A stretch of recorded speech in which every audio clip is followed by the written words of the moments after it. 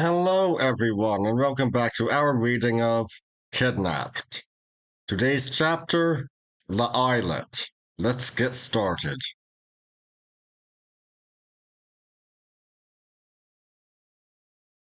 With my stepping ashore, I began the most unhappy part of my adventures. It was 12:30 in the morning, and though the wind was broken by the land, it was a cold night. I dared not sit down, for I thought I should have frozen, but took off my shoes and walked to and fro upon the sand barefoot and beating my breast with infinite weariness. There was no sound of man or cattle, not a cock crew, though it was about the hour of their first raking. Only the surf broke outside in the distance, which put me in mind of my perils and those of my friend. To walk by the sea at that hour of the morning and in a place so desert-like and lonesome struck me with a kind of fear.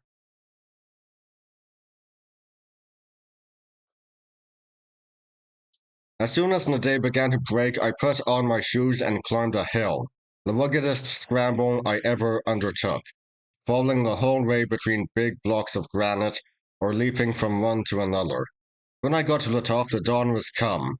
There was no sign of the brig, which must have lifted from the reef and sunk. The boat, too, was nowhere to be seen.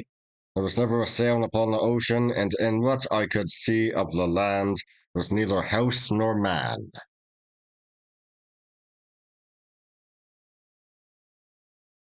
I was afraid to think what had befallen my shipmates, and afraid to look longer at so empty a scene. What with my wet clothes and weariness, and my belly that now began to ache with hunger, I had enough to trouble me without that.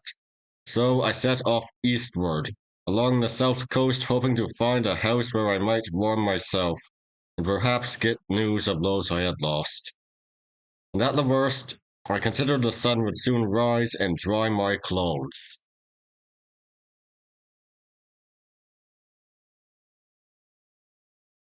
After a little, my way was stopped by a creek or inlet of the sea, which seemed to run pretty deep into the land, and as I had no means to get across, I must needs change my direction to go about the end of it. It was still the roughest kind of walking, indeed the whole not only of Earaid, but of the neighbouring part of Mull, which they called the Ross, is nothing but a jumble of granite rocks with heather in among. At first the creek kept narrowing as I had looked to see, but presently, to my surprise, it began to widen out again. At this I scratched my head, but had still no notion of the truth, until at last I came to a rising ground, and it burst upon me all in a moment that I was cast upon a little barren isle, and cut off on every side by the salt seas.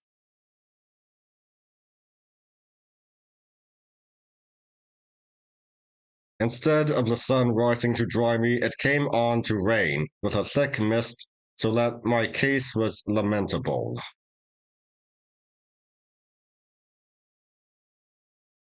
I stood in the rain and shivered and wondered what to do, till it occurred to me that perhaps the creek was fordable. Back I went to the narrowest point and waded in, but not 3 yards from shore I plunged in head over ears, and if ever I was heard of more, it was rather by God's grace than my own prudence. I was no wetter, for that could hardly be, but I was all the colder for this mishap, and having lost another hope, was the more unhappy.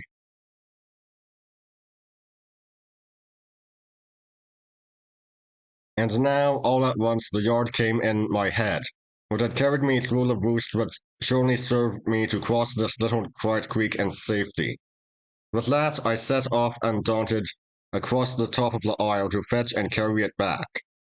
It was a tramp in all ways, and if hope had not buoyed me up, I must have cast myself down and given up. Whether with the sea salt or because I was growing fevered, I was distressed with thirst and had to stop, as I went, to drink the peaty water out of the hags.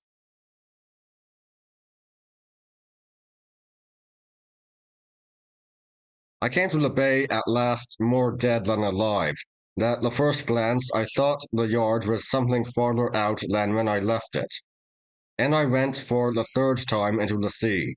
The sand was smooth and firm and shelved gradually down so that I could wade out till the water was almost to my neck and the little waves splashed into my face.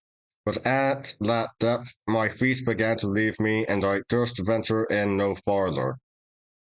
As for the yard, I saw it bobbing very quietly some 20 feet beyond.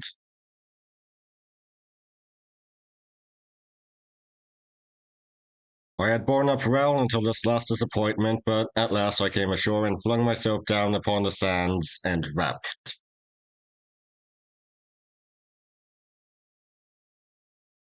The time I spent upon the island is still so horrible a thought to me that I must pass it lightly over. In all the books I have read of people cast away, they had either their pockets full of tools or a chest of things would be thrown upon the beach along with them, as if on purpose. My case was very different. I had nothing in my pockets but money and Allen's silver button, and being inland bred, I was as much short of knowledge as of means.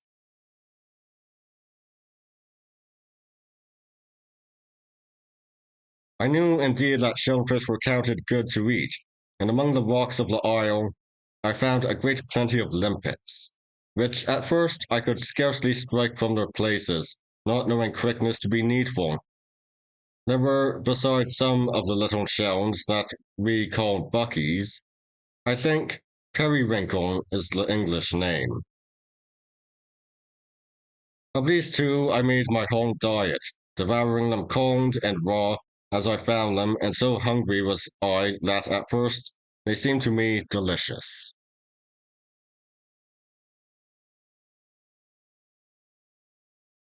Perhaps they were out of season, or perhaps there was something wrong in the sea about my island, but at least I had no sooner eaten my first meal than I was seized with giddiness and retching, and lay for a long time no better than dead. A second trial of the same food, indeed I had no other, did better with me and revived my strength. But as long as I was on the island, I never knew what to expect. When I had eaten, sometimes all was well, and sometimes I was thrown into a miserable sickness. Nor could I ever distinguish what particular fish it was that hurt me.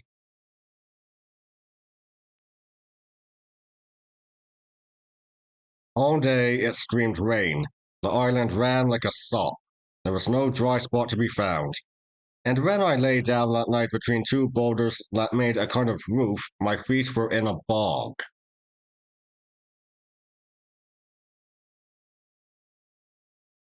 The second day I crossed the island to all sides. There was no part of it better than another.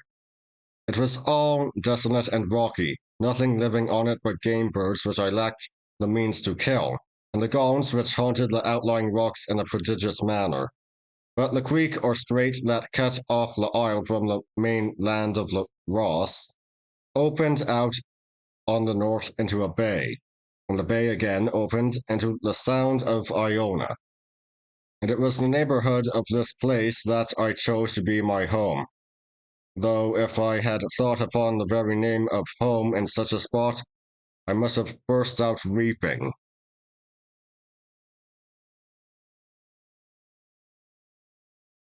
I had good reasons for my choice.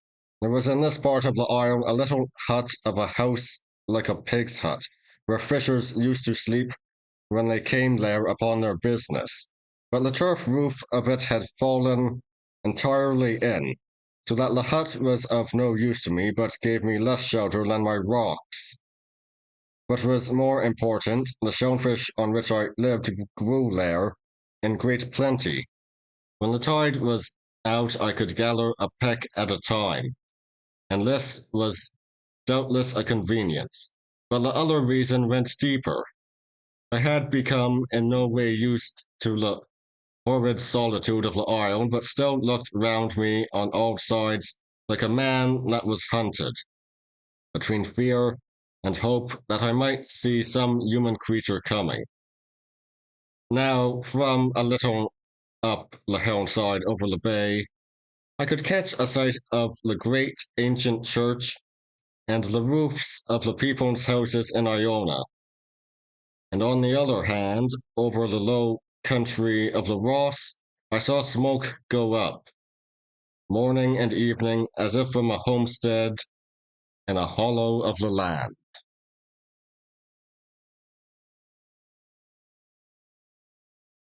I used to watch the smoke when I was wet and cold and had my head half turned with loneliness, and think of the fireside and the company till my heart burned. It was the same with the roofs of Iona.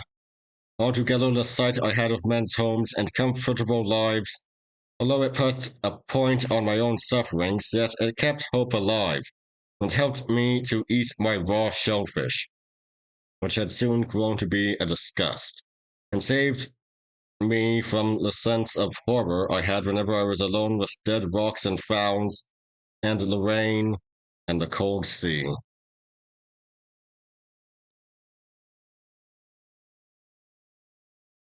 I say it kept hope alive, and indeed it seemed impossible that I should be left to die on the shores of my own country and within view of a church tower and the smoke of men's houses. But the second day passed, and though as long as the light lasted I kept a bright lookout for boats on the Sound or men passing on the Ross, no help came near me. It still rained, and I turned in to sleep, as wet as ever, and with a cruel sore throat, but a little comforted perhaps by having said good night to my next neighbours, the people of Iona.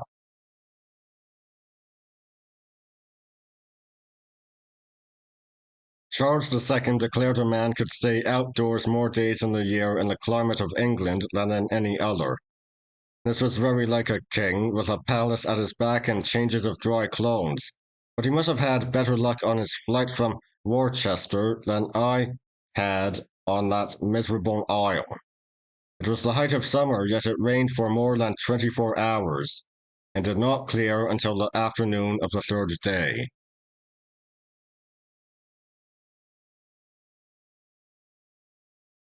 This was the day of incidents in the morning.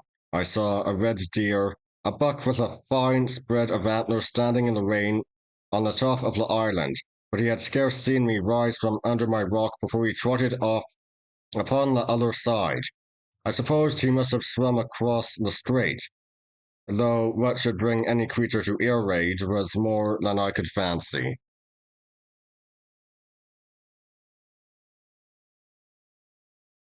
A little after, as I was jumping about after limpets, I was startled by a guinea piece which fell upon a rock in front of me and glanced off into the sea. When the sailors gave me my money again, they kept back not only about a third of the whole sum, but my father's leather purse. So that from that day out I carried my gold loose in a pocket with a button. I now saw there must be a hole and clapped my hand to the place in a great hurry.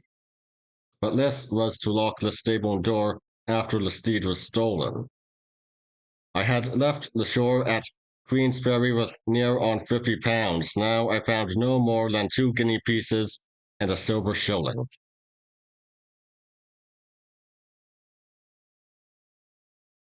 It is true, I picked up a third guinea a little after where it lay shining on a piece of turf.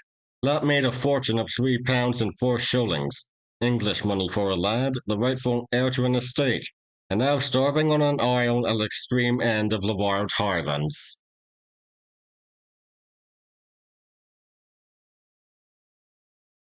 This state of affairs dashed me still further, and indeed my plight on that third morning was truly pitiful.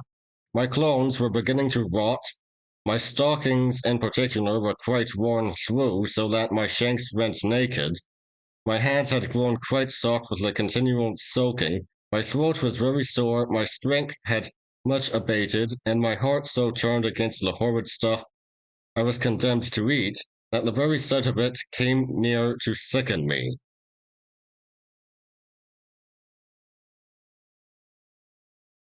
And yet the worst was not yet come.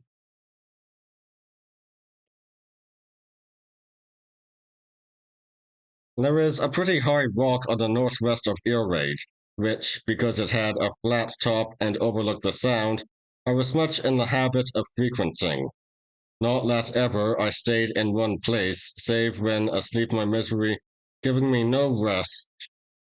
Indeed, I wore myself down with continual and aimless goings and comings in the rain.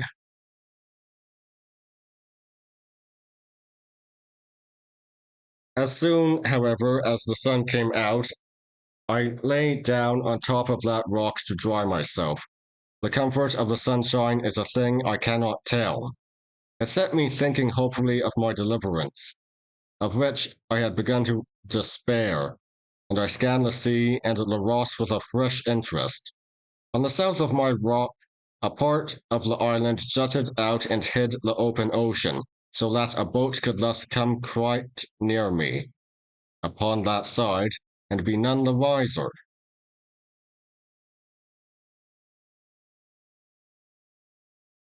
Well, all of a sudden, a kobold with a brown sail and a pair of fishers aboard of it came flying round that corner of the isle bound for Iona.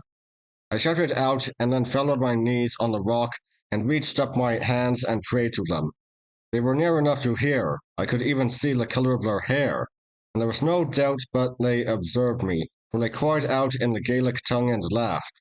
But the boat never turned aside and flew on right before my eyes for Iona.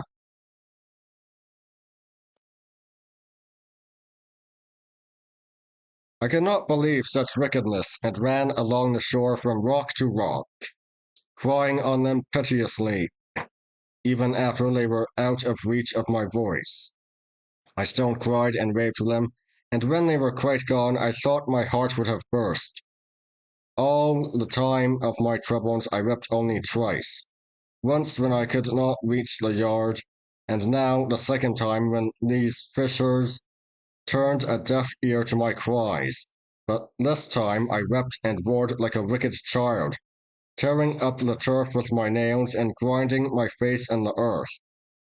If a wish would kill men, those fishers would never have seen morning, and I should likely have died upon my island.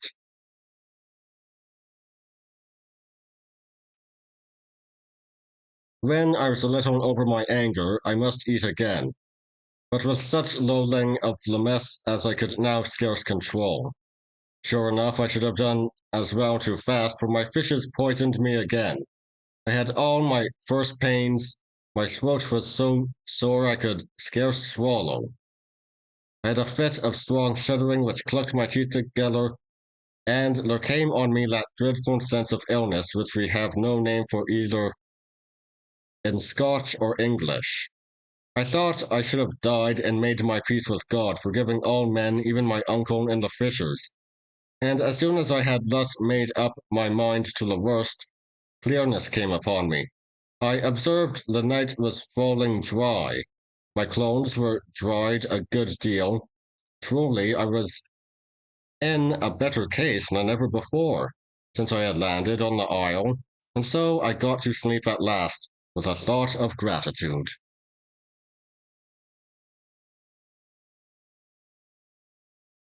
The next day, which was the fourth of this horrible life of mine, I found my bodily strength run very low, but the sun shone, the air was sweet, and what I managed to eat of the shellfish agreed well with me and revived my courage.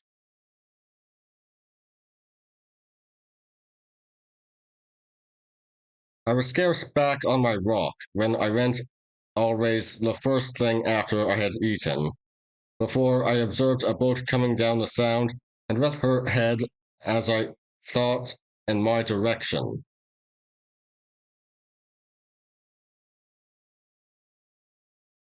I began at once to hope and fear exceedingly, for I thought these men might have thought better of their cruelty and be coming back to my assistance.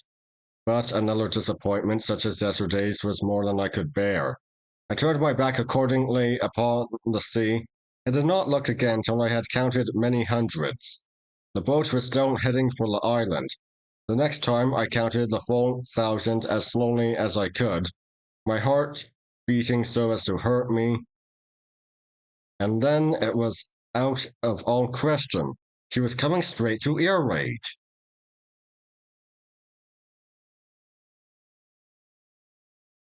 I could no longer hold myself back, but ran from the seaside and out from one rock to another as far as I could go. It is a marvel I was not drowned, for when I was brought to a stand at last, my legs shook under me, and my mouth was so dry I must wet it with the sea water before I was able to shout.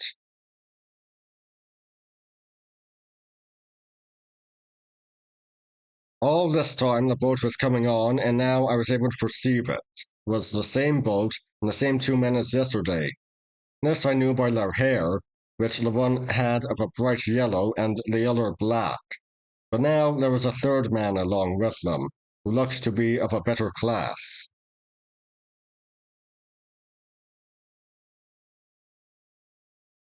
As soon as they were come within easy speech, they let down their sail and lay quiet. In spite of my supplications, they drew no nearer in, and what frightened me most of all, the new man tee-heed with laughter as he talked and looked at me.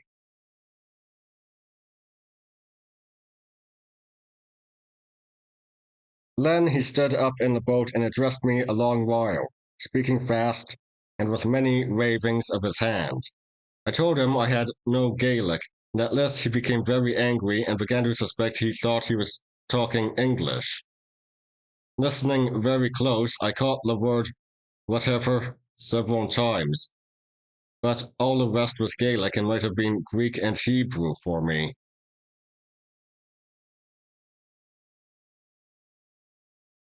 Whatever, said I to show him I had caught a word.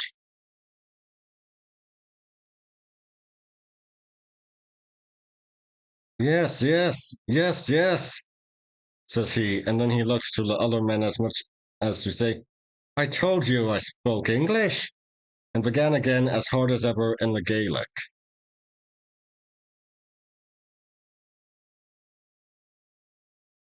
This time I picked out another word, tide. Then I had a flash of hope.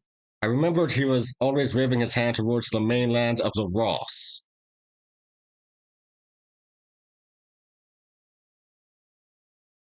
Do you mean the tide is out? I cried and could not finish.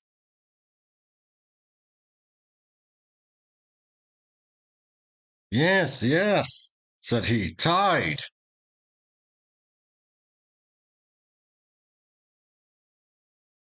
At last I turned tail upon the boat, where my adviser had once more begun to tee-hee with laughter, leaped back the way I had come from one stone to another, and set off running across the island as I had never run before. In about half an hour I came out upon the shores of the creek, and sure enough it was shrunk into a little trickle of water, through which I dashed not above my knees, and landed with a shout on the main island.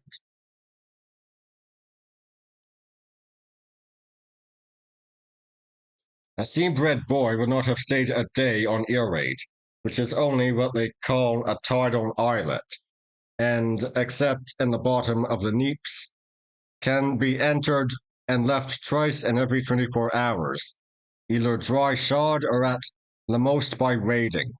Even I, who had the tide going out and in before me in the bay, and even watched for the ebbs the better to get my shellfish, even I say, if I had sat down to think instead of raging at my fate, must have soon guessed the secret and got free. It was no wonder the fishers had not understood me. The wonder was rather that they had ever guessed my pitiful illusion and taken the trouble to come back. I had starved with cold and hunger on that island for close upon 100 hours, but for the fishes, I might have left my bones there in pure folly. And even as it was, I had paid for it pretty dear, not only in past sufferings, but in my present case, being clothed like a beggar man, scarce able to walk, and in great pain of my sore throat.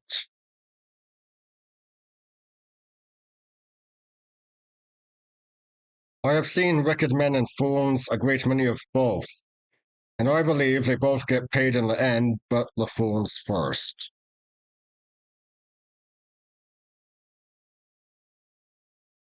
And that would be all for today. I'll see you all next time. See ya!